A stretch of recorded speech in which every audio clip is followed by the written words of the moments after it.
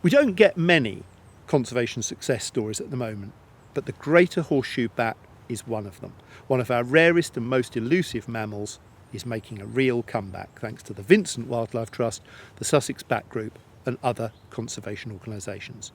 If you want to help, please watch this video and find out what you can do.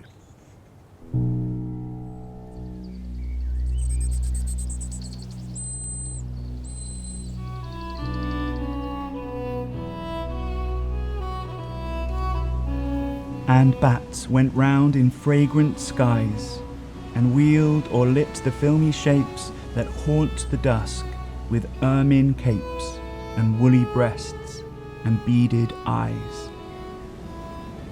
Some time after writing those words, Alfred Lord Tennyson moved to Blackdown, about 5 miles from where I'm standing. His reference to ermine capes suggests that he's talking about horseshoe bats and their habit of snugly wrapping their wings around their bodies as they hang freely by their legs. This isn't something that any other British bats do, so Tennyson must have been familiar with horseshoe bats, and yet today they no longer breed in any of the English counties where he once lived. Until now.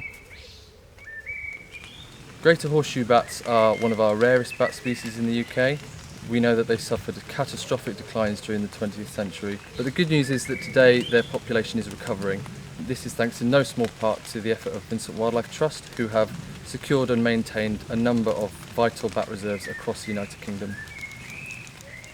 This building here in West Sussex has a small but very significant population of greater horseshoe bats.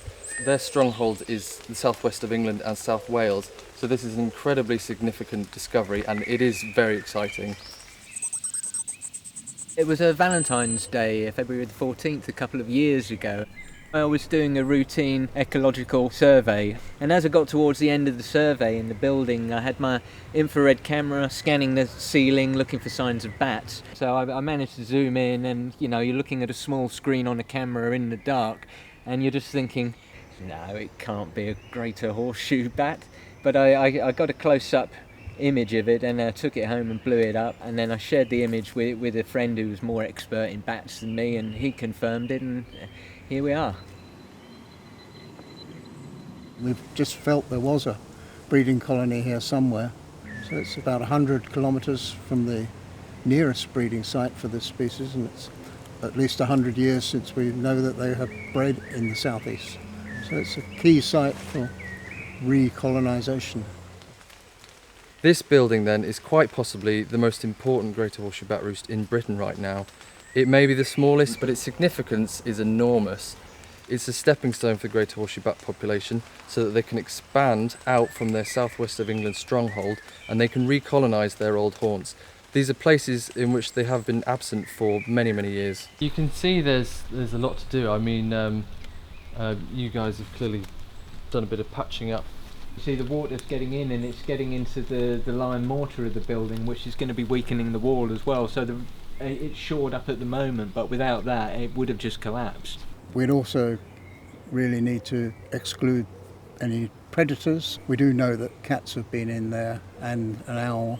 They at least could put the bats off coming here, but at worst might get taken as prey. It will cost quite a lot of money to restore the building.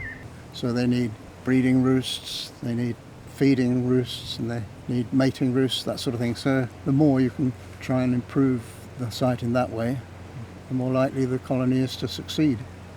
I think it's a classic greater horseshoe bat roost. It's got the thick stone walls, it's got the slate roof, which is going to make it nice and warm in there.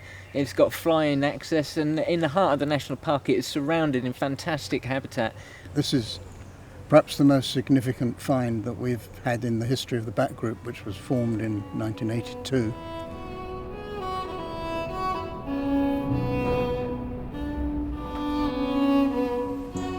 I think what really excites me about this project is that the greater horseshoe bat, one of our most elusive and rarest mammals, has managed to expand its range and increase its numbers. It's headed east and ended up in Sussex at a time where there is so much bad news around. And frankly, we need a bit of good news at the moment, don't we?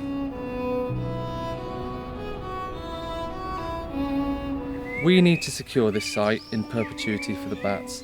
To do this, Vincent Wildlife Trust and Sussex Bat Group need to raise £200,000 in order to take this property off the open market, and we then need to raise a further £150,000 in order to carry out the necessary renovations and enhancements in order to make this a suitable bat roost. One day, we hope to see greater horseshoe bat roosts back in the places from which they've been absent for decades. This small pioneering colony of bats can make that happen, but only with your help.